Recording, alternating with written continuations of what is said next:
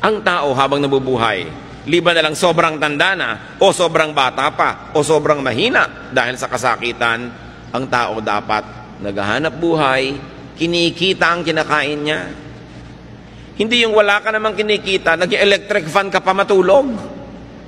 Hayaan mo nang pawisan ka. Di ba?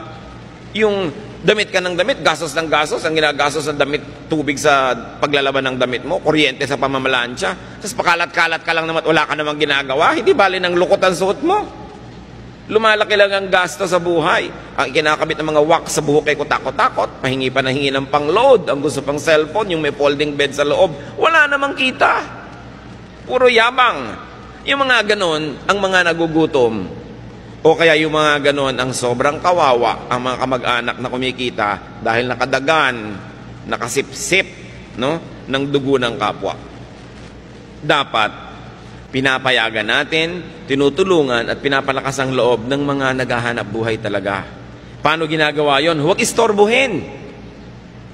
Merong mga kamag-anak, may kaisa-isang nagtatrabahong anak, may sakit yung isa, yung pang may trabaho ang pa-absent din para mag-alaga. Ito na nga lang ang kumikita, ang daming mga walang ginagawang kamag-anak, yung kumikita pang inaabala.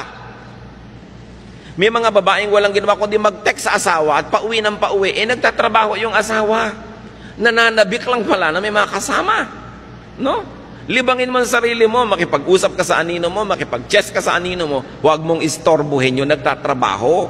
Diba? Huwag lagi na lamang na pagka mayroong kinikita, pitasan ng pitasan at hingan ng hingan. Yan ang dahilan. Kaya marami po sa ating mga kababayan na wala ng gana na magnegosyo, mag-agrikultura, magmumuhunan, maghanap buhay sa dami ng nangingikil, sa dami ng humihingi, tinatamad na tuloy yung iba magtrabaho.